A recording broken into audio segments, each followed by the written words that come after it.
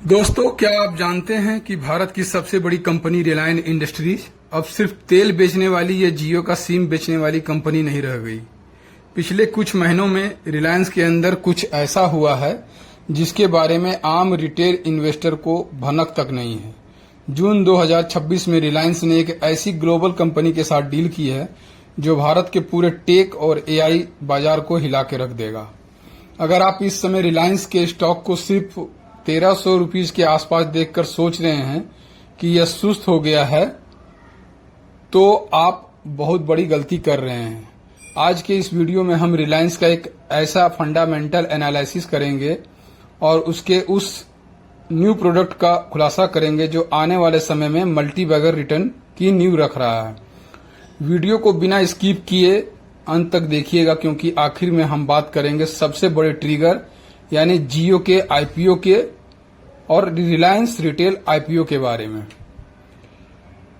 Company का जो product game changer होगा उसके बारे में हम बताते हैं आपको। चलिए सीधे मुद्दे पे आते हैं। रिलायंस का नया प्रोडक्ट कोई मोबाइल या साबुन नहीं है, बल्कि रिलायंस का नया प्रोडक्ट है हाइपर स्केल एआई इंफ्रास्ट्रक्चर। हाल ही में जून 2026 में रिलायंस ने मार्क जुकरबर्ग की कंपनी मेटा के साथ मिलकर गुजरात के जामनगर में 168 मेगावाट का एआई इनेबल्ड डेटा सेंटर बनाने की डील फाइनल की है। यह भारत का पहला ऐसा डेटा सेंटर होगा जिसे पूरी तरह से ग्लोबल टेक जॉइंट्स की जरूरतों के हिसाब से कस्टमाइज बुल टू सूट किया जाएगा। सिर्फ यह नहीं, रिलायंस ने इंटेलिजेंसी नाम की एक नई एआई सब्सिडरी भी बनाई है जो एनवीडिया और गूगल के साथ मिलकर भारतीय भाषाओं के लिए एआई मॉडल तैयार कर रही है। आसान शब्दों में समझें तो जैसे डीएलएफ जमीनों का जमींदार है, वैसे ही मुकेश अंबानी भारत के डिजिटल और एआई फ्यूचर के जमींदार लैंडलॉर्ड बनने जा रहे हैं। एआई को चलाने के लिए जो भारी भरकम कंप्यूटर पावर और बिजली चाहिए वो रिलायंस अपने जामनगर कॉम्प्लेक्स से देगा। लेकिन क्या रिलायंस के पास इस बड़े प्लान को पूरे करने का दम है? तो है। भारत की सबसे मूल्यवान कंपनी है रिलायंस। पहले रिलायंस का 80% मुनाफा इसके तेल और रिफाइनरी बिजनेस ओटीसी से आता था, जो कि बहुत अनिश्चित रहता था। लेकिन फाइनेंशियल ईयर 2026 में पहली बार रिलायंस के कंज्यूमर बिजनेस यानी जियो और रिलायंस रिटेल ने कुल मुनाफे में 55% से ज्यादा का योगदान दिया है। इसका मतलब कंपनी अब एक रिस्की तेल कंपनी से बदलकर एक मजबूत कंज्यूमर और टेक कंपनी बन चुकी है। डेटा सेंटर के अलावा दो और ऐसे पिलर हैं जो इस स्टॉक को भविष्य का रॉकेट बना सकते हैं। Dhirubhai Ambani green energy giga complex. Reliance Jamnagar में करीब 75,000 करोड़ के निवेश से सोलर मॉड्यूलर और एडवांस बैटरी और इलेक्ट्रोलाइजर्स बनाने की 5 बड़ी फैक्ट्रियां तैयार कर रहा है।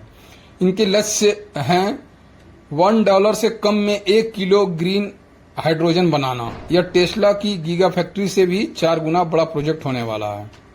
जियो फाइनेंस सर्विस की बात करें, जो कि ब्लैक रॉक दुनिया की सबसे बड़ी asset management company black rock के साथ मिलकर रिलायंस अब लोन, म्यूचुअल फंड और इंश्योरेंस के सेक्टर में उतर चुका है। जियो के 45 करोड़ से ज्यादा कस्टमर्स का डेटा इनके पास है, जिसके दम पर ये बिना किसी अतिरिक्त खर्च के सीधे ग्राहक को टारगेट कर सकते हैं। कंपनी का सबसे बड़ा ट्रिगर पॉइंट होने वाला है रिलायंस जियो और रिलायंस रिटेल का आईपीओ। अब बात करते हैं उस ट्रिगर की जो शॉर्ट टर्म और मीडियम टर्म में स्टॉक प्राइस को सीधे ऊपर ले जा सकता है। मुकेश अंबानी ने हिंट दिया है कि रिलायंस जियो का मेगा आईपीओ जल्दी बाजार में आ सकता है। इस समय जियो के पास 52 करोड़ से ज्यादा सब्सक्राइबर हैं। जब जियो रिलायंस रिटेल बाजार में अलग से लिस्टिंग होंगे तो उसे फाइनेंस की भाषा में कहते हैं वैल्यू अनलॉकिंग। इसका सीधा फायदा उन शेयर धारकों को मिलेगा जिनके पास आज रिलायंस इंडस्ट्री के शेयर हैं। 2026 में ही रिलायंस अपनी रिलायंस जियो की आईपीओ और रिलायंस रिटेल की आईपीओ ला सकती है। ये जियो पॉलिटिकल का टेंशन अगर थोड़ा मार्केट में कम होता है तो इससे ये निष्कर्ष क्या निकाल सकते हैं आप? शॉर्ट टर्म में हो सकता है कि जियो पॉलिटिकल टेंशन या कच्चे तेल की उतार चढ़ाव की वजह से स्टॉक थोड़ा सुस्त दिखे, लेकिन लॉन्ग टर्म फंडामेंटल लिहाज से रिलायंस इस समय भारत की डिजिटल एआई और ग्रीन एनर्जी क्रांति का सबसे बड़ा लीडर बनने वाला है। आपको क्या लगता है, क्या रिलायंस का यह नया एआई डेटा सेंटर प्रोजेक्ट वाकई गेम चेंजर साबित होगा? नीचे कमेंट बॉक्स में अपनी राय जरूर बताएं। अगर यह वीडियो और हमारा फंडामेंटल एनालिसिस पसंद आया हो तो वीडियो को लाइक करें, दोस्तों के साथ शेयर करें और चैनल को सब्सक्राइब करना बिल्कुल न भूलें, ताकि ऐसे ही रिसर्च बेस्ड वीडियो आपको मिलती रहे। मिलते हैं अगले वीडियो में, तब तक के लिए हैप्पी इन्वेस्टिंग।